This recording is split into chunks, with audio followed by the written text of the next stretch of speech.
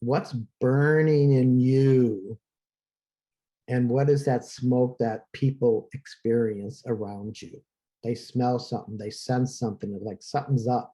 But that's smoke. That's a letting you know that there's something stirring inside of our hearts. Now there's a power there, there's a presence there. And that's smoke. There's a tangible experience of what the Holy Spirit is letting us know ahead in advance. But stir the fires within for change, because ultimately I think everyone is experiencing some sort of shifting going on. We maybe can't put our hand upon it, but it's an inner thing. And I love what God is doing in my life and in our community. But this holy fire, and that fire comes from God. The fire comes from Yeshua. The fire is a burning. And sometimes we're probably just afraid to even look at that, or we might feel it inside of us, but we just kind of push it away. Well, I'm here to, and our community's here to open up our hearts and says, come, and we'll embrace you with the love of God, because it's so important that you feel the love of God today. And we expect miracles because we know the creator of the miracles. It's about that relationship, and I call it with prayer, with communion, with silence. All these things enhance our desire for the more of God.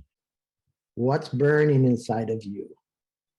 Will you answer that call? Because it's the unknown, that little knock on our hearts, or you just feel like, oh, I should be doing this, but I'm not, or I'm afraid to. We have to answer the call to prayer, which means in my world, we have to answer to the one who is seeking us, which is the Holy Spirit that's knocking at our door. You might be in a situation today that there is something pressing on your heart. Maybe it's praying for your child. Maybe it's praying for a breakthrough in your work, maybe in your church, maybe in your community. Maybe you had a fight with somebody. There's always, maybe we said words we didn't want to say, but it just came out. We always say a Freudian slip, but it was inside of you and it came out. So it's what you believe in. But to answer that, the voice within, you'll find a peace, you'll find a presence that is welcoming.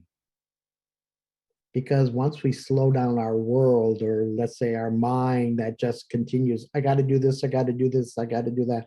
And if we can just rest in that still small voice that says, I love you.